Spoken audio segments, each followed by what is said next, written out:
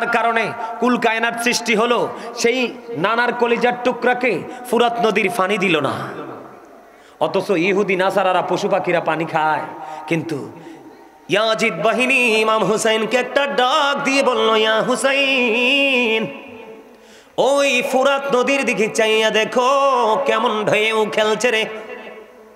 সবার জন্য পানি বরাদ্দ, কিন্তু তোমাদেরকে পানি বরাদ্দ করব না। জুড়ে জুড়ে বলেন না নাউজুবিল্লাহ। বলে হুজুর সমস্যাটা কোথায়? আমার দিকে তাকান বন্ধু। ইয়াজিদ কিন্তু হিন্দু ছিল না, খ্রিস্টান ছিল না, বৌদ্ধ ছিল না, সে কিন্তু মুসলমান ছিল। কিন্তু সে প্রথম দিকে মুসলমান ছিল। তার বাবার নাম হলো আমির মুআবিয়া। সে ছিল সচ্চা একজন রাসূল প্রেমিক। সুবহানাল্লাহ বলেন না কেন? এখন কি আর ইয়াজিদ মুসলমান আসেনি? কিটা হইছে? আরে বেঈমান কাফিরের চাইতেও তো নিকৃষ্ট। ঠিক কিনা বলো?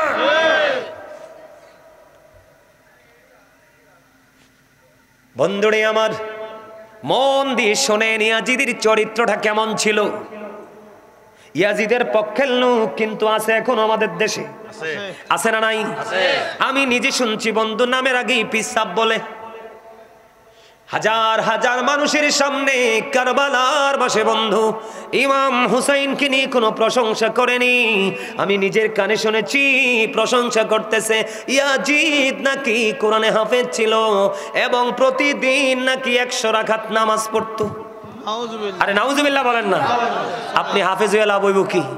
আপনি 100 না 1000 রাকাত নামাজ প্রতিদিন পড়লে লাভ হইব কি? আপনার তো ইমানে নাই। কথা বলেন না কেন? আপনি কোরআন তেলাওয়াত করলে লাভ হবে কি? একটু আগে আমি একটা হাদিস শরীফ শোনাইছি না? এত ভদ্র থাকবে কিন্তু তার ঈমান থাকবে না। তার কণ্ঠের কোরআনের মধুর বাণী আপনি মুগ্ধ হয়ে যাবেন। রাসূল বলেছেন তার সিনায় নাই কোরআন, শুধু জিহ্বার বাইরে, জিহ্বার এরিয়াটার মধ্যে। জোরে জোরে কন্না নাউজুবিল্লাহ। বন্ধুরে আমার, আগে আমি কোরআনের 2টা আয়াত আপনাদেরকে শোনাবো শুধু বেঈমান সম্পর্কে। আল্লাহ রাব্বুল আলামিন পবিত্র কালামে হাকিমের মধ্যে বলেছে ইন্নাল কাফিরিনা কানু লাকুম আদুওয়াম মুবিনা। আল্লাহ রাব্বুল আলামিন বলেছেন দা হেরিটেক্স আর the eternal enemy of the believers. ঈমানদারদের প্রকাশ্য শত্রু হলো বন্ধু বেঈমানেরা। নাউজুবিল্লাহ কইতেন না? এখন বেঈমান সম্পর্কে আল্লাহ আরো বলেছেন উইদ্দাত লিল কাফিরিন, তাদের আরেক নাম হলো তারা কাফের। আল্লাহ কাফেরদের জন্য বরাদ্দ করে রেখেছে অনন্তকাল তারা থাকবে জাহান্নামে, যে বর্ণনা দিয়ে শেষ করা যাবে না। ও বন্ধু, এইরকম একজন লোক ছিল ইয়াজিদের উপদেষ্টা, যার নাম ছিল বন্ধু শারজুন বিন মানসুরুর রুমি, যিনি ছিলেন একজন ইহুদি। আপনারা এখন দেখেন ইসরায়েল আর ফিলিস্তিনের দিকে নজর দিয়ে দেখেন বন্ধু,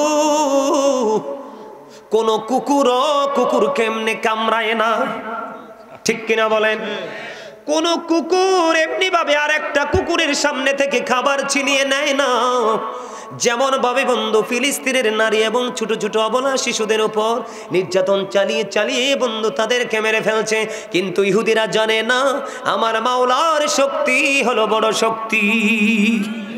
যেদিন আল্লাহ বলবে কোন ফিনিশ হয়ে যাও, ফায়াকুন সঙ্গে সঙ্গে হয়ে যাবে। তার কারণ হলো আল্লাহু খায়রুল মাকিরিন। শ্রেষ্ঠ ক্ষমতার মালিককে, শ্রেষ্ঠ কৌশলের মালিককে আল্লাহ ছাড় দেয়, ছেড়ে দেয় না। ঠিক তেমনি ভাবে ওই ইয়াজিদ বাহিনীকে যিনি উপদেশ দিয়েছিলেন, আজকে বন্ধু লজ্জা লাগলো আরবের একটা কান্ট্রিতে দেখলাম বাংলাদেশের নরেন্দ্র মোদি, ভারতের নরেন্দ্র মোদি সেই বিশাল আরব কান্ট্রিতে বিশাল বন্ধু মন্দির উদ্বোধন করছে। দেখবেন আপনারা ইন্টারন্যাশনাল মিডিয়াগুলোতে বন্ধ এসেছে। ইহুদিরা কিন্তু চক্রান্ত করছে মুসলমানকে কি করার জন্য? গায়েল করার জন্য। মুসলমানের সংখ্যা কিন্তু আগের তুলনায় অনেক বেড়ে গেছে বন্ধু। কথা বলেন না কেন? এটা কিন্তু আমাদের জন্য বিশাল বিজয়ের এক সম্ভাবনা। এখন দেখবেন টিভি খুললে বিভিন্ন ইউরোপ কান্ট্রিতে বন্ধু, বিভিন্ন ইউরোপ কান্ট্রিতে উন্নত দেশগুলোর মধ্যে মেয়েদেরকে, মহিলাদেরকে বন্ধু প্রণোদনা দিচ্ছে। তুমি যদি এতটা বাচ্চা প্রসব করতে পারো, একটা বাচ্চা প্রসব করলে রাষ্ট্রীয় সুবিধাগুলো ভোগ করবা। তাদের এই বাচ্চা প্রসব মূল টার্গেট নয়, তাদের মূল টার্গেট হলো মুসলমানের জনগোষ্ঠীকে ওভারটেক করে, তাদের জনগোষ্ঠী বৃদ্ধি করে মুসলমানের সবচেয়ে বড় শক্তিকে ধ্বংস করা। বিজয়ী কি তারা হতে পারবে? আপনাদেরকে বলি বন্ধুরে আমার 557 সনের খবর এখান থেকে আবার শুরু করব। টাইম আছে নি? ওয়াজ চললে সমস্যা নাই তো? আপনারা কোনো বিরক্ত হবেন নি আবার? আমার কিন্তু যদিও প্যান্ডেল টাইসা সত্যি আমার পছন্দ হয় নাই, অহংকার করে কই নাই। আমার এই পাগলার ফোন পাইয়া আমি মনে করছি একটা মোটা সোটা বড় একটা প্রোগ্রাম হইব না, ইয়ে দিয়ে একবারে ছুটু আমারে কইতেছে হুজুর টেনশন করেন না, সবটি প্রেমিক। সুবহানাল্লাহ কন্যা আমারে কিন্তু আইতে আইতে কইছে হুজুর মন খারাপ করে না, 99% প্রেমিক। কার প্রেমিক? রাসূল প্রেমিক। কারণ রাসূল প্রেমই হলো ঈমান। আলা আলা ঈমান আল ঈমান লা মুহাব্বাতা লা। নবীর প্রেম নাই তো কিচ্ছু নাই। আপনি দেখেন নবী ছাড়া কি কোরআন বুঝতে পারা সম্ভব? হাদিস বোঝা সম্ভব? নামাজ সম্ভব? রোজা সম্ভব? কোনো কিছু সম্ভব না। আপনার মিজানের পাল্লার জন্য যেই পুঁজি প্রয়োজন, প্রত্যেকটা পুঁজি আপনি নিতে হলে রাসূলকে প্রয়োজন, মাস্ট বি। ঠিক কেরা বলায় আর জোরে। আরে কি মনে করছেন রাসূল কয় I am from the light of Allah and everything has been created from my light. আমি আল্লাহর নূর থেকে, সৃষ্টির সব আমি নবীর নূর মুবারক থেকে। সুবহানাল্লাহ কন্যা। নূর কইলে তো অনেকে মন খারাপ করে, কিন্তু ওয়ার্ড মিনিং তো জানে না, শব্দের অর্থ জানে না। এখন আমি কি করব বলেন তো? আচ্ছা এটা কি আলো না? এই লাইটটা দেওয়ার কারণে কি অন্ধকার দূর হয়ে গেছে না? এটাই তো নূর। এটা কি নূর? শব্দটা চেঞ্জ, ওয়ার্ডটা চেঞ্জ। বাংলাতে বললে বলতে হবে আলো, আরবিতে বলতে হবে নূর, ইংলিশে বলতে হবে লাইট। নবী আসার কারণে পৃথিবীকে অন্ধকার হয়েছে না আলো হয়েছে? আরো জোরে। তো এটা নূর না? তো আপনার মন খারাপ করেন কেন? বোঝার সমস্যা না?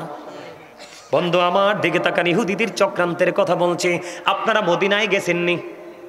মদিনায় জিয়ারত করছেন, এখানে লোক আসেননি? হাত তোলে দেখান। মদিনা শরীফ রাসূলের রওজা মোবারক জিয়ারত করছেননি? কি দিয়ে সীসা ডালা দেয়াল দেখছেন না? দেখছেন না শক্ত প্রাচীর নবীজির রওজা মোবারকের চারপাশে?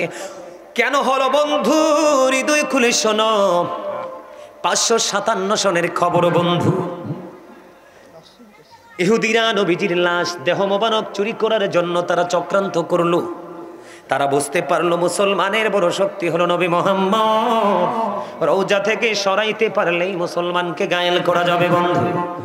এই তিনজন ইহুদি ছদ্মবেশে বন্ধু নবীজির রওজার পাশে আস্তানা গাড়লো।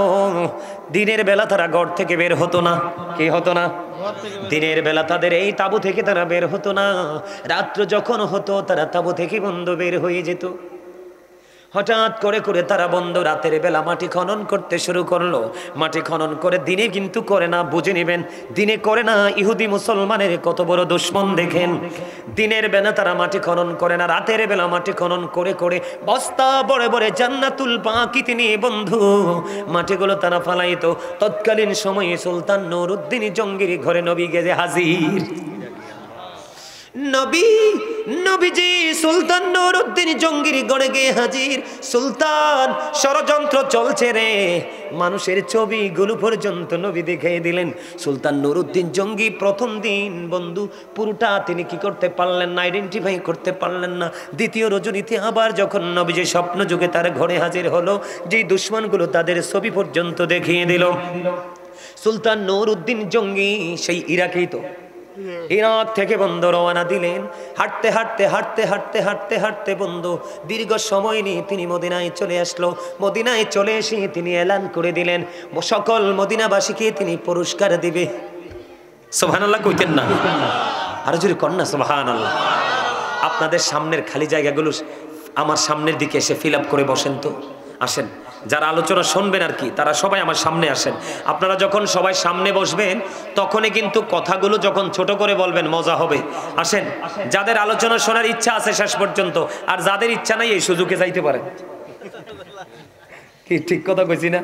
একটু লাড়াচাড়া পড়ছে না? কিও এই সুযোগে যাইলে ভালো না? তখন এমনি সবাই বয়ে থাকবো, আপনি উঠতে যাইবেন, তাহলে একটু সমস্যা তো। আমার দিকে আসেন বন্ধু, মজা করে শোনেন। দুশমন ইহুদিদেরকে আমার আল্লাহ কেমন করে গায়াল করেন। এবার চলে আসলো মদিনায়। মদিনায় এসে বন্ধু এলান করে দিলেন মদিনার প্রত্যেকটা নাগরিককে কি করবে, তিনি পুরস্কার দিবে। যিনি পুরস্কার বিতরণ করবেন তিনি হলেন সুলতান নুরউদ্দিন জঙ্গি। বন্ধু অর্ডার পেয়ে তিনি পুরস্কার বিতরণ শুরু করে দিলেন। একটা করে বন্ধু সবাইকে পুরস্কার দিয়ে দিল সুলতান নুরউদ্দিন জঙ্গি। ওই যে গভীর রজনী প্রাণের নবী স্বপ্ন যোগে বন্ধু ওই যে দুশমনগুলোর চেহারা দেখালেন, ওই মানুষগুলোকে সুলতান নুরউদ্দিন জঙ্গি পাইলেন না। আপনার এলাকায় নবীর প্রেমিক আছে না নাই? এখন যদি গাজী সুলাইমানকে কেউ কিছু বলে, আপনারা যারা প্রেমিক তারা ছাড়বনি?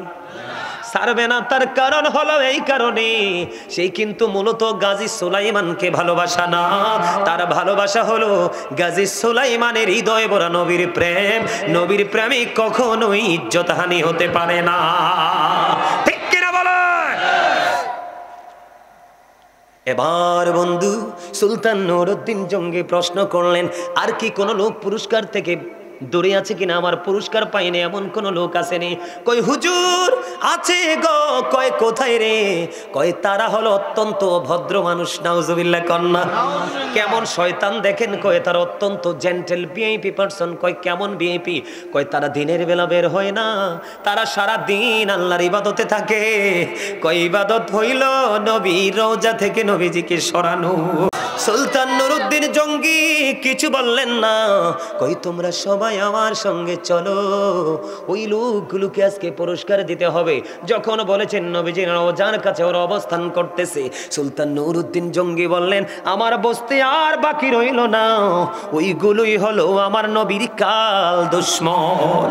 এবার সুলতান নুরউদ্দিন জঙ্গি বন্ধু চলে গেলেন। যাইতে আবার বললেন তোমরা কে গো, ভিতরে আসো, বের হয়ে আসো। বের হয়ে আসলেন অত্যন্ত ছদ্মবেশে, সাধু লোকের বেশে, ফরেজগারের বেশে বন্ধু বের হয়ে আসলো। বের হয়ে আসার পরে বললেন তোমাদের বিছানাটা সরাও। আমাদের দেশে অনেক মৌলবী আছে কই নবী বলে কিচ্ছু জানে না। এখন এখান থেকে কি বোঝা যায়? নবীজির কাছে সব খবর আছে না নাই? নবীজি মদিনায়, সুলতান নুরউদ্দিন জঙ্গি বন্ধু কোথায়? নবীজি কেমন করে চলে গেলেন সুলতান নুরউদ্দিন জঙ্গির ঘরে। নবীজির এই পাওয়ার আছে না নাই? পাওয়ারটা দিছে কে? আল্লাহ। বন্ধু শাহজালাল মুজাররাদিয়া মনি যদি সিলেটের সুরমা নদী যায় নামাজ বিছিয়ে পার হতে পারে আল্লাহর ওলি হইয়া, তাহলে যিনি নবীদের নবী ইমামুল মুরসালিন ওনার কাছে তো সর্বোচ্চ পাওয়ার দিয়ে আমার আল্লাহ পাঠাইছে, ঠিক কিনা বলে? এবার বন্ধু কি করলেন? কয় তোমাদের বিছানাটা সরাও। বিছানাটা সরালেন।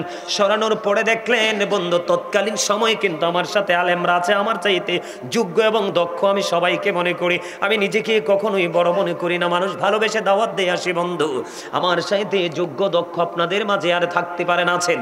বন্ধুরি আমার তৎকালীন সময়ে কিন্তু তক্তা ব্যবহার করা হতো। কি এখন দেখলেন কাঠ, মোটা মোটা কাঠের তক্তা বন্ধু। তখন বললেন তক্তাগুলো সরাও। তক্তা সরাইয়া দেখে রে আজকে রাত্রটা যদি সুযোগ পাইতো নবীজিকে তখনই রওজা মুবারক থেকে আজকেই বন্ধু সরিয়ে ফেলতে পারতো। কিন্তু আল্লাহর প্রিয় হাবিব, যার নাম আল্লাহ নিজে রেখেছেন হাবিবুল্লাহ, আল্লাহ যেখানে রাসূলকে সেখানেই তিনি রেখেছেন, এমন হাবিবের সাথে বেয়াদবি আল্লাহ সহ্য করবে না। ওই যে বলেছি আল্লাহ সময় মতো বলবে কোন ফায়াকুন, সাথে সাথে ফিনিশ। এবার বন্ধু রাতের বেলা মাটিগুলো খনন করে জান্নাতুল বাকিতে নিয়ে ফালাইতো। এই বন্ধু দৃশ্য দেখতে দেরি রে ও বন্ধু সঙ্গে সঙ্গে কি করলেন? ওই ইহুদিদেরকে বন্ধু তাৎক্ষণিকভাবে বেঁধে দিবালোকে নবীজির রওজার পাশে তাদেরকে দিনের বেলা আগুন লাগিয়ে পুড়িয়ে ছাই করে দিল। জোরে জোরে বলেন আলহামদুলিল্লাহ। এই যে আগুনে পুড়িয়ে দিল বলে হুজুর কতটা যুক্তিযুক্ত। আমার পাশে আলেমরা বসে আছেন। আলী রাদিয়াল্লাহু তাআলা আনহু থেকে হাদিস বর্ণিত, আমার নবী বলেছেন ক্বালা মান সাব্বা নাবিয়া ফাকতুলহু ওয়া মান সাব্বা সাহাবী ফাদরিবুহু। নবীর ইজ্জতের চাদর ধরে যারা টান দিবে, নবীকে যারা গালি দিবে, নবীর আজমতে যারা আঘাত করবে, নবীজি বলেছে উম্মত তাকে সঙ্গে সঙ্গে হত্যা করে ফেলো। সাহাবাই কেরামকে গালি দিলে, সাহাবীদের ইজ্জত নিয়ে টানাটানি করলে তাদেরকে তোমরা বাইন্দা পিটাও। হাদিস শরীফ। ওমা ডরাইছেন নি কোনো? পাগলে কই নবী কি কইছিনি মারতো? আরে নবী শেষ তো কইছে দইরা, কইছে একবারে সেচ্চা ফিনিশ করে দাও, একবারে মাটির তলে। কোথায়? আরে মিয়া, বুখারীতে এসেছে হাদিস খানা, নবীজির সাথে বেয়াদবি করার কারণে এক খ্রিস্টানের 3 দিন মাটি দেওয়ার পরে 3 দিনই মাটিটাকে আউট করে দিয়েছে। সর্বশেষে খ্রিস্টানের লাশ তার আপন স্বজনরা মাটির বাইরে ফেলে চলে গেছে। কয়টা পৃথিবীর কোনো মানুষের কাজ না, স্বয়ং গডের কাজ। নবী এমন পাওয়ারফুল জিনিস আপনারা তো বুঝেন না, কারণ নবীজি কত বড় নিয়ামত চর্চা করে। সারা পৃথিবীর পানিকে যদি কালি বানানো হয়, সারা পৃথিবীর গাছকে যদি কলম বানানো হয়, কোনোদিন নবীকে নিয়ে লিখে শেষ করা যাবে না, কিন্তু গাছ আর কলম শেষ হয়ে যাবে। তাহলে কি বুঝলেন এবার? বন্ধু তাদেরকে পুড়িয়ে ফিনিশ করে দিল। ফিনিশ করতে দেরি, নবীজির কদমে পড়ে সুলতান, কান্দে নবী গো, ও প্রাণের নবী গো, আমার যদি কোনো গোস্তাকি বা বেয়াদবি হয়ে থাকে গো, নবী আমাকে ক্ষমা করে দিয়েন। বন্ধু আবেগ আপ্লুত হয়ে সুলতান নুরুদ্দিন কাঁদতে কাঁদতে কাঁদতে কাঁদতে বন্ধু একেবারে এমন ইমোশনাল হয়ে গেলেন বন্ধু, যেটা বলা যায় না। তারপরে সেই সময়ে 557 সনে নবীজির রওজার চারপাশে সীসা ডালা দেওয়াল করা হয়েছে। জানে তারা পৃথিবীর কোনো কুচক্র যেন কোনো দিন রওজা মোবারক থেকে নবীজিকে নিতে না পারে। জোরে জোরে সুবহানাল্লাহ। ঠিক তেমনি ভাবে বন্ধু আজ পর্যন্ত ইহুদিরা চক্রান্ত করছে, যেমনি করেছিলেন 61 হিজরিতে, যিনি জান্নাতে যুবকদের সর্দার হবে 2 ভাই, ইমাম হাসান হুসাইন 2 ভাই, নবীজির কলিজার টুকরা। এই যে বন্ধু আবারও আসছে ইহুদির কাছে, তার নাম ছিল বন্ধু শারজুন বিন মানসুর রুমি, যিনি ইয়াজিদের উপদেষ্টা ছিল। তার কাজ ছিল বন্ধু দিনের বেলা বানর নাচানো, রাত্র যখন হতো মদের আসর বসাতো। অসৎ নারী কিন্তু যুগে যুগে ছিল, কথা কন না কেন? তারা শুধু বেগানা পুরুষ খুঁজতো, কিছু নষ্ট পুরুষ আছে, তারাও কিন্তু নষ্ট কিছু নারী খুঁজতো। ঠিক বন্ধু ইয়াজিদের উপদেষ্টা শারজুন বিন মানসুর রুমি, এই জন্য বলি ইয়াজিদ ইজ ক্যারেক্টারলেস। কথা বলেন না কেন? ইয়াজিদ হলো 100% চরিত্রহীন। রাত্র যখন হতো মদের আসর বসানো হতো, অসৎ নারীদেরকে নিয়ে নাচানাচি যা করার তাই করতো। জোরে জোরে বলেন না নাউজুবিল্লাহ, আর জোরে বলেন না নাউজুবিল্লাহ। তবে ইয়াজিদের কৌশল কিন্তু এখনো পৃথিবীতে কিছু লোক ব্যবহার করতেছে। ইয়াজিদ কিন্তু প্রকাশ্যে কিন্তু মসজিদ ভাঙ্গে নাই, প্রকাশ্যে কোনোদিন মাদ্রাসা ভাঙ্গে নাই, কোনোদিন সে প্রকাশ্যে কোরআনের উপর আঘাত করে নাই। তার ইয়াজিদিয়াত হলো মুখে হলো ইসলামের কথা, আর অন্তর থেকে ইসলামকে ধ্বংস করার পায় তারাই হলো ইয়াজিদিয়া। ঠিক কিনা বলেন বন্ধুরে? আবার এমন করে করে বন্ধু ইয়াজিদ আস্তে আস্তে করে ইয়াজিদকে গায়েল করলেন, পৃথিবীর লোভ লালসা দেখালেন। 61 হিজরিতে বন্ধু কারবালাটা হলো, 63 হিজরিতে বন্ধু 3 দিন ইয়াজিদ বাহিনী কি করেছে? মসজিদে নববীর মধ্যে আজান দিতে দেয়নি, মসজিদে নববীর মধ্যে বন্ধু ঘোড়া রাস্তা বল বানিয়েছে, আজান দিতে দেয়নি, নামাজ পড়তে দেয়নি। যেই মসজিদে নববীতে নামাজ পড়লে 50,000 রাকাতের সওয়াব। জোরে জোরে কন্যা সুবহানাল্লাহ। বন্ধু তোমরা জানো না, এই 63 হিজরিতে ইয়াজিদ বাহিনীর তাণ্ডবে ওই তৎকালীন সময়ে 1000-এরও বেশি নারী রে ইয়াজিদ বাহিনীর তাণ্ডবে অবৈধ সন্তান প্রসব করেছে। জুরে জুরে বলেন না নাউজুবিল্লাহ। আপনারা বলেন তারপরেও কি ইয়াজিদের চরিত্র নিয়ে কথা বলা যাবে না? কথা কন না কেন? এমন একটা চরিত্রহীন। আমি মাঝখান দিয়ে একটু জায়গা রেখে এসেছি। আচ্ছা, মদ কি হালাল না হারাম? আল্লাহর কোরআনে আল্লাহ রাব্বুল আলামিন বলেছেন, ইন্নামাল খামরু ওয়াল মাইসিরু ওয়াল আনসাবু ওয়াল আজলামু রিজসুম মিন আমালিশ শাইতান। আল্লাহ বলেছেন মদ, জুয়া, আপনাদের এলাকায় জুয়া খেলুন না আসেনি? জুয়া খেলতে খেলতে বিবির শাড়ি পর্যন্ত বন্ধক দেয়, শেষ পর্যন্ত বিবি পর্যন্ত বন্ধক দিতে বাধ্য হয়। তার কারণ হলো তার মস্তিষ্কটা বিকৃত হয়ে যায়। আল্লাহ বলেছেন বন্ধু মদ, জুয়া, মূর্তি। আমাদের দেশে মূর্তি আছে না নাই? মূর্তির পিছনে মুসলমানের বাচ্চা দৌড়ায় কি দৌড়ায় না? এ বন্ধু মদ, জুয়া, মূর্তি, ভাগ্য গণনা করা, রাশি গণনা করা, এগুলো ঘৃণ বস্তু, শয়তানের কাজ। জোরে জোরে কন্যা নাউজুবিল্লাহ। এটা আমার কথা না, আল্লাহর কথা। কেউ রাগ হইলে কিছু করার আসেনি? হ্যাঁ, আল্লাহ কয় অকুলু কাউলান সাদীদা। আল্লাহ বলতেছে সে দা রাইট থিং, সত্য কথা বলো, সঠিক কথা বলো। কেন? কারণ আমার নবী ছিলেন শ্রেষ্ঠ সত্যবাদী। হি ওয়াজ ভেরি ট্রুথফুল। জোরে জোরে বলেন না আল্লাহু আকবার। বন্ধু ইয়াজিদের চরিত্রের মধ্যে এমন কোন নোংরা কাজ নাই রে, বাদ আছে। নারীদের কিনে নষ্টামি করা থেকে দূরে, মদ খাওয়া থেকে দূরে, নোংরা কাজ থেকে খুন করা। দেখবেন আমাদের সুন্নি জামাতের আলেমদের উপর আঘাত বেশি আসে, কথা কয় না কেন? এগুলো করে কে? এগুলো করে ইয়াজিদের দোসররা, কথা কন না কেন? আরো জোরে। আপনারা বিশ্বাস হয় না? জীবনে শুনছেননি কোনোদিন কোন সুন্নি সংগঠন কোন বাতিলের গায়ে হাত দিতে? কিন্তু সুন্নিরা রাতের অন্ধকারে আঘাতপ্রাপ্ত হয়। এগুলো যেমনি করে ওই যে রাসূলের আহলে বাইতকে আঘাত করেছিল, ঠিক ধারাবাহিকতা তারা এখনো পর্যন্ত ধরে রাখে। দেখবেন নবীর প্রেমিক কথা বললেই কিন্তু তাকে 4টা 5টা সে ধরতে চায়, কিন্তু সাচ্চা নবীর প্রেমিকের কাছে কিন্তু 100 না 1 কোটি আসলেও লাভ নেই। বাংলাদেশের ইতিহাসে একটা নজিরবিহীন ঘটনা আছে, সেটা হলো বাংলাদেশের ইতিহাসে এই পর্যন্ত কোন নবীর প্রেমিকের সাথে বাহাস করে কোন বাতিল জিততে পারে নাই। কথা বলেন না কেন?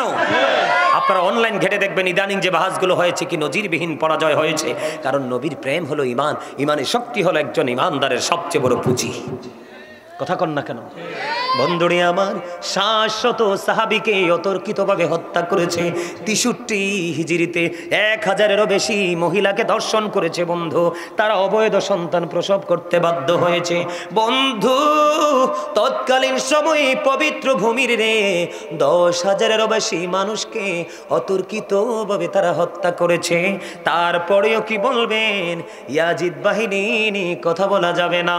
এদের লোভই ছিল শুধু পৃথিবীর লোভ লালসা। জোরে জোরে বলেন না নাউজুবিল্লাহ। বন্ধুরে আমার, দেখতে দেখতে দেখতে দেখতে বন্ধু আমার নবীজি চলে যাওয়ার আগে পৃথিবী থেকে উম্মে সালমা রাদিয়াল্লাহু তাআলা আনহাকে কিছু মাটি দিলেন। সালমা রে, মাটিগুলো তুমি যত্ন করে রেখে দাও। সালমা, এই মাটিগুলো যেদিন দেখবা রক্তে লাল লাল হয়ে গেছে রে, সেই দিনই মনে করবা আমার কলিজার টুকরা শহীদ হয়ে গেছে। বন্ধু 61 হিজরি মুহররম মাসের 10 তারিখ দুপুর বেলা উম্মে সালমা রাদিয়াল্লাহু তাআলা আনহা তিনি চাইয়া দেখলেন নবীজি দুলাবালিতে দোসর হয়ে আছে। নবীজির হাতের মধ্যে বোতল ভর্তি রক্ত দেখা যায়। ও বন্ধু, ওই যে নবীজি মাটিগুলো দিয়েছিলেন সংরক্ষণ করে রেখেছে, সংরক্ষণ করে মাটিগুলো চাইয়া দেখলেন তাজা রক্তে লাল হয়ে গেছে। জোরে জোরে বলুন না আল্লাহু আকবার। বন্ধু, মানা যায় না রে, ইমাম হুসাইন রাদিয়াল্লাহু তাআলা আনহুর দুঃখ কষ্ট সহ্য করা যায় না। ও বন্ধু, ইমাম হুসাইন রাদিয়াল্লাহু তাআলা আনহুকে যিনি কুফা পর্যন্ত ইয়াজিদের প্রতিনিধি, ইয়াজিদের পক্ষ থেকে যিনি কুফা পর্যন্ত নিয়েছিলেন হত্যা শহীদ করার জন্য, তার নাম ছিল বন্ধু হুর। আমি কিন্তু মর্মান্তিক জায়গায় চলে যাচ্ছি। হুর তিনি যুদ্ধ শুরু হওয়ার আগে তিনি ইমাম হুসাইনকে ডাক দিয়ে বললেন, ওগো আলী মুকাম, আমি আপনাকে আজকে কুফা পর্যন্ত এগিয়ে নিয়ে এসেছি, আপনাকে দুশমনদের সামনে তুলে ধরেছি। আমি এক বুঝতে পেরেছি, আমার একদিকে জান্নাত আর একদিকে আমার জন্য অবস্থান করছে জাহান্নাম। আমি আজকে জান্নাত আমার জন্য বাছাই করে নিলাম। যিনি ইয়াজিদের পক্ষে সবচেয়ে বড় বীর, তার নাম হলো হুর, যিনি কুফা পর্যন্ত নিয়ে গেছেন, যুদ্ধক্ষেত্র পর্যন্ত। আলী মুকাম গো, এখন যদি আমি আপনার কাছে আল্লাহর কাছে তওবা করে ক্ষমা চাই, আহলে বাইতের প্রেমে পড়ে, তাহলে আল্লাহ রাব্বুল আলামিন আমাকে ক্ষমা করবে কিনা? এবার ইমাম হুসাইন রাদিয়াল্লাহু তাআলা আনহু বললেন, সত্যি যদি ক্ষমা চাও আল্লাহ ক্ষমা করে দিবে। বন্ধু, তিনি তওবা করলেন, হুসাইনের পক্ষে শহীদ হয়ে গেলেন। ইমাম হুসাইন বললেন, তুমি আমার কাছে আসো। এবার বললেন, আলী মুকাম, ও রাসূলের কলিজার টুকরা, আমি আপনার পক্ষে সর্বপ্রথম শাহাদাতের সোদা পান করব। আপনার জন্য সর্বপ্রথম আমি শিশাডালা দেয়াল হয়ে যাব। আমি আপনার কদমে জীবিত ফিরব না, শহীদ হয়ে আমি আপনার কদমে আসব। আহলে বাইতের প্রেমে সর্বশেষ মুহূর্ত, একেবারে যুদ্ধ শুরু, তার পূর্বক্ষণে কি হয়ে গেলেন? জান্নাতি হয়ে গেলেন বন্ধু। ধীরে ধীরে ধীরে ধীরে একক যুদ্ধ শুরু। হযরত আলী আকবর বন্ধু তিনি কি করলেন? ইমাম হুসাইন রাদিয়াল্লাহু তাআলা আনহুর কাছে সাহায্য চাইলেন, অনুমতি চাইলেন, অনুমতি ওনাকে দেওয়া হলো। হযরত আলী আকবর যুদ্ধের ময়দানে চলে গেল। যুদ্ধের ময়দানে যাওয়ার পরে বন্ধু এবার কি করলেন? ওনার সাথে যুদ্ধ শুরু হয়ে গেল। যুদ্ধ করতে করতে করতে করতে করতে করতে বন্ধু 3 দিন কিন্তু তাদের কোনো পানি নাই, কি নাই? ফুরাত নদীর পানি তাদের জন্য 3 দিন বন্ধ, বরাদ্দ বন্ধ। 3 দিন পর্যন্ত কোনো পানি পান করতে পারে না। 3 দিন পানি ছাড়া থাকা যায়নি বন্ধু। অনেক আশেপাশে অনেক ডাইনি ভাবে অনেক কথা আছে রে, শুধু নির্মমতাটা শুধু আপনাদেরকে বলছি। আলী আকবর গেলেন, যুদ্ধ করতে করতে দৌড়ে চলে আসলেন। আয়েশা ইমাম হুসাইন রাদিয়াল্লাহু তাআলা আনহুকে একটা ডাক দিলেন, ডাক দিয়া বললেন, বাবা বাবা গো, আমাকে একটু পানি দাও না, আমি ওই ইয়াজিদ বাহিনীর উপর হায়দারি আক্রমণ চালাবো। এবার ইমাম হুসাইন জিব্বা শুষ্ক, জিব্বাটা বের করে দিল, ডাক দিয়ে বলতেছেন, বাবা গো, আমার কাছে পানি নাই রে, আমি কেমন করে তোমাকে পানি দিব গো বাবা। আমার যখন পানির তৃষ্ণা লাগতো, আমি আমার কলিজার টুকরা নানার কাছে যাইতাম, আমার নানার জিব্বা মোবারক যখন বের করে দিত, আমি জিব্বা চষে চষে আমার পানির তৃষ্ণা মিটাতাম। বাবা গো, জিব্বাটা বের করে দিলাম গো, আমার জিব্বাটা তুমি চষে নাও। এই শুষ্ক জিব্বাটা চষলেন বন্ধু, চষতে চষতে চষতে চষতে এখান থেকে বের হয়ে চলে গেলেন আবার যুদ্ধের ময়দানে।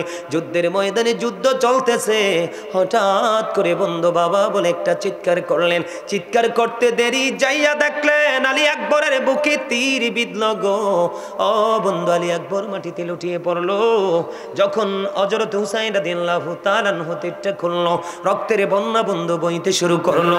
জোরে জোরে বলেন না নাউজুবিল্লাহ। যুদ্ধের ময়দানে যুদ্ধ চলতে চলতে তিনি শাহাদাত বরণ করলেন। ওনার এই পবিত্র দেহ নিয়ে তাঁবুর কাছে চলে গেলেন বন্ধু। এরপরে এখান থেকে শুরু শেষ হয়ে গেল। তারপরে হাসান রাদিয়াল্লাহু তাআলা আনহুর শাহজাদা হযরতে কাসেম রাদিয়াল্লাহু তাআলা আনহু চলে গেলেন। হুজুর এসে গেছে, হুজুর আবার বিরক্ত হইব নি সাহেব মানুষ। আচ্ছা, আমি বিষয়টা শেষ করি। হ্যাঁ, জাস্ট পীর সাহেব কেবল আসবে, আপনাদের মোনাজাত দিবে, তারপরে আজকের মাহফিল শেষ হবে। আপনার বিরক্ত হয় না, আমি একটু গোছাই একটু আলোচনাটা। শুধু আমি আপনাদের কাছে তুলে ধরছি বিভিন্ন পয়েন্টগুলো, নির্মমতাটা কতটা নির্মম ছিলেন, তারা কতটা নিষ্ঠুর ছিলেন। পানি তো বরাদ্দ বন্ধ, পানি কি? তারপরেও কিন্তু সত্য মিথ্যার লড়াইয়ে রাসূলের আহলে বাইত কলিজার টুকরা পিছপা হয়নি। ঠিক কিনা বলেন? আরো জোরে বলেন না। ইমাম হুসাইন কিন্তু কারবালাতে আসার পরে ওনাকে কিন্তু এখান থেকে ফিরে যাওয়ার জন্য চিঠি দেওয়া হয়েছিল, উনি কিন্তু ফিরে যায় নাই। ঠিক কিনা বলেন? ইমাম হুসাইন কিন্তু এমনি এমনি কুফায় আসেনি, ওনাকে কিন্তু 150 চিঠি দিয়ে আনা হয়েছে। কয়শো চিঠি? 150 চিঠি দেওয়া হয়েছিল আনার জন্য। বন্ধু হযরতে কাসেম রাদিয়াল্লাহু তাআলা আনহু যুদ্ধের অনুমতি নিয়ে বন্ধু যুদ্ধ করতে গেল। যুদ্ধ করতে করতে করতে করতে বন্ধু শাহাদাত বরণ করলো। ইন্না লিল্লাহি ওয়া ইন্না ইলাইহি রাজিউন। এবার বন্ধু তিনি কি করলেন? যুদ্ধের ময়দানে যখন বন্ধু শাহাদাত বরণ করলো, ডাক দিলেন, চাচা দুর্বল হয়ে গেছে। ভাতিজার কাছে যায়া বলে, বাবা বাবা গো, আমি দুর্বল হয়ে পড়েছি গো বাবা, আমি তোমাকে সাহায্য করতে পারলাম না। ও বন্ধু, ইমাম কাসেম রাদিয়াল্লাহু তাআলা আনহু শাহাদাত বরণ করলো। ওনার এই পবিত্র দেহ পর্যন্ত বন্ধু কার কাছে? তাবুর কাছে নিয়ে আসলো। এবার অধীর আগ্রহে আছে ইয়াজিদ বাহিনী হুসাইনকে শহীদ করার জন্য। এর মধ্যে ছোট্ট শিশু আলী আসগরকেও শাহাদাত করে দিয়েছে। বন্ধুরে আমার, ধীরে ধীরে ধীরে ধীরে একক যুদ্ধের ফায়সালা শেষ হতে হতে ইমাম হুসাইন রাদিয়াল্লাহু তাআলা আনহুর সাথে যুদ্ধ শুরু হবে। যুদ্ধ শুরু হবে, কিন্তু ইমাম হুসাইনের সাথে যুদ্ধ করতে কিন্তু কেউ সাহস করতেছে না। একটা পর্যায়ে বন্ধু তারা চতুর্দিক থেকে আক্রমণ করলেন, যুদ্ধ শুরু করলেন। যুদ্ধ শুরু করতে করতে করতে করতে এক পর্যায়ে ইমাম হুসাইন রাদিয়াল্লাহু তাআলা আনহুর বুকের উপর চড়ে বসলো সীমার। বসতে দেরি আবার সীমারকে বলল, সীমার এখন কি নামাজের সময় রে? কয় হ নামাজের সময়। কয় আমাকে একটু সময় দাও না, আমার জীবনের শেষ সেজদাটুকু মালিককে দিব। জোরে জোরে বলেন না সুবহানাল্লাহ। বন্ধু, ইমাম হুসাইনকে যদি তোমার লিডার হিসেবে পেতে চাও, তাহলে তোমাকে অবশ্যই ইমাম হুসাইনের আদর্শে রঙে রঙিন হতে হবে। তুমি শাহাদাত বরণ করবে, পৃথিবী ছেড়ে তিনি চলে যাবে। ও বন্ধু, তারপরে ও মালিকের দরবারে সেজদা যাওয়ার সময় হয়েছে, সেই সেজদার কথা তিনি ভুলেননি। নামাজ শেষ হয়ে গেল, শেষ হওয়ার পরে ওনাকে শহীদ করার জন্য যখন চড়ে বসলেন, এবার বললেন, সীমার তোমার বুকের জামাটা একটু খোলো, আমি তোমাকে একটু বুক মুখটা দেখব। এবার সীমার বুকের জামাটা খুললেন, খুলতে দেরি এবার ইমাম হুসাইন রাদিয়াল্লাহু তাআলা আনহু তার বুকের দিকে নজর দিয়ে চায়া দেখলো, তার বুকের মধ্যে দেখা যায় সাদা সাদা শ্বেত চিহ্ন। ইমাম হুসাইন ডেকে ডেকে বলল, আহারে সীমার, তুই তো সেই বদকিসমত।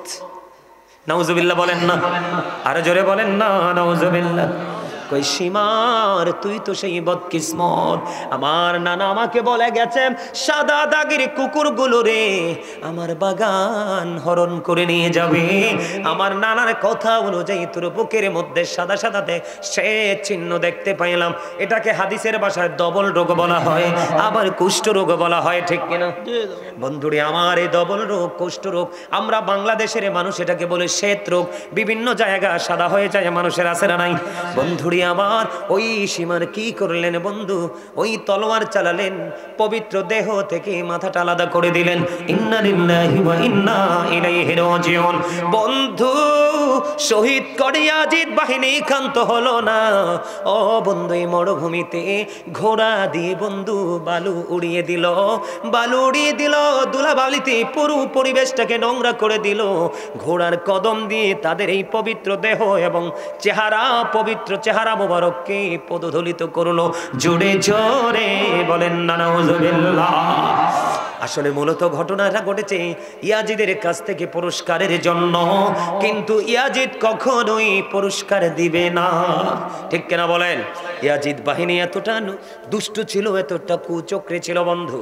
এখান থেকে শেষ হলো, ইমাম হুসাইন যখন শাহাদাত বরণ করলো, আকাশ এত কালো হয়েছিল রে, মনে হয়েছিল তখনই যেন কিয়ামত কায়েম হয়ে যাবে বন্ধু। আকাশ কেঁদেছে, বাতাস কেঁদেছে, গাছপালা তরুলতা কেঁদেছে, জিন জাতিরা পর্যন্ত কেঁদেছে, ফেরেশতারা পর্যন্ত কেঁদেছে বন্ধু। বাইতুল মুকাদ্দাসের জ্বলন্ত পাথর, ইমাম হুসাইন শহীদ হইতে দেরি রে, ওই জ্বলন্ত পাথর থেকে রক্ত প্রবাহিত হয়েছে। জোরে জোরে বলুন আল্লাহু আকবার। ইমাম হুসাইন যখন শহীদ হলো বন্ধু, মনে হয়েছে যেন সূর্য গ্রহণ হয়েছে। ও বন্ধু, সিরিয়ার যেই কোনো পাথর সরালে পাথর থেকে তাজা রক্ত প্রবাহিত হতো। জোরে জোরে বলেন আল্লাহু আকবার। ইমাম হুসাইনের শহীদে ও বন্ধু, কেউ বন্ধু খুশি হয়নি। এবার দেখেন, এখান থেকে ইয়াজিদের কাছ থেকে পুরস্কারের জন্য ইমাম হুসাইন রাদিয়াল্লাহু তাআলা আনহুর মাথা মোবারক নিয়ে ইয়াজিদের বাড়ির উদ্দেশ্যে রওনা দিলেন ইয়াজিদ বাহিনী। যাইতে যাইতে যাইতে যাইতে বন্ধু সন্ধ্যা হয়ে গেল। তারা একটা রাস্তার মধ্যে যখন দেখলেন খ্রিস্টান এক পাদ্রী দেখতে পাইলেন, ইয়াজিদ বাহিনী ইমাম হুসাইন রাদিয়াল্লাহু তাআলা আনহুর মাথা মোবারক নিয়ে যায়। এরা কতটা অর্থলোভী ছিল, কতটা পৃথিবীলোভী ছিল, যারা আজকে নবীর দুশমনি করছে, নবীর পরিবারের দুশমনি করছে, এই কারবালার দুশমনি করছে, এরা কখনোই বন্ধু পরকাল লোভী নয়। এরার লোভ হলো পৃথিবীর লোভ, লোভ লালসা এবং বিলাসিতা, ঠিক কিনা বলে বন্ধুরে? রাত্র হয়ে গেল, রাত্রটা তারা এখানে অবস্থান করবে, তাবু গাড়লেন। পাশে ছিলেন এই খ্রিস্টান পাদ্রী। খ্রিস্টান পাদ্রী বললেন, তোমরা কে রে? কয় ইয়াজিদের বাড়ির দিকে রওনা দিলাম, ওই যে রাসূলের কলিজার টুকরা হুসাইনের মাথাটা নিয়ে। নাউজুবিল্লাহ কোন। এবার ওই খ্রিস্টান পাদ্রী ইমাম হুসাইনকে কেমন ভালোবাসতেন, এবার তাদেরকে বললেন, তোমরা শুধু আজকের রাত্রের জন্য হুসাইনের মাথাটা আমার দিবা, তার বিনিময়ে তোমাদেরকে আমি দিব 10,000 দিরহাম। কত হাজার দিরহাম? 10,000 দিরহাম দিব রে। ও বন্ধু, এই কথা বলার পরে ইয়াজিদ বাহিনীর লোভিত হচ্ছে, পৃথিবীর লোভ, তাদের কাছে দিয়ে দিলেন ওই খ্রিস্টান পাদ্রীকে মাথাটা দিয়ে দিলেন বন্ধু। এবার ওই খ্রিস্টান পাদ্রী কি করলেন, বাড়ি নিলেন, বাড়ি নিয়ে সুন্দর করে বন্ধু কি করলেন, মাথাটাকে সুন্দর করে ধুইলেন। ধোয়ার পরে উঁচু জায়গার মধ্যে রেখে দিল। সারাটা রাত ইমাম হুসাইন রাদিয়াল্লাহু তাআলা আনহুর মাথা, চেহারা মোবারকের দিকে তাকায়া রইল আর কান্দে রে, কান্দে, শুধু কান্দে। সারাটা রাত বন্ধু চোখের জল বিসর্জন দিয়েছে। হাদিস শরীফের মধ্যে সে ওই খ্রিস্টান পাদ্রী বলতেছেন, আমি নজর দিয়ে চায়া দেখলাম, রাত্র যখন গভীর হলো, সে একেবারে ধবধবে সাদা একটা নুরানি পাখি রে সারাটা রাত ইমাম হুসাইনের মাথা মোবারক তওয়াফ করেছে। জোরে জোরে কন্যা সুবহানাল্লাহ।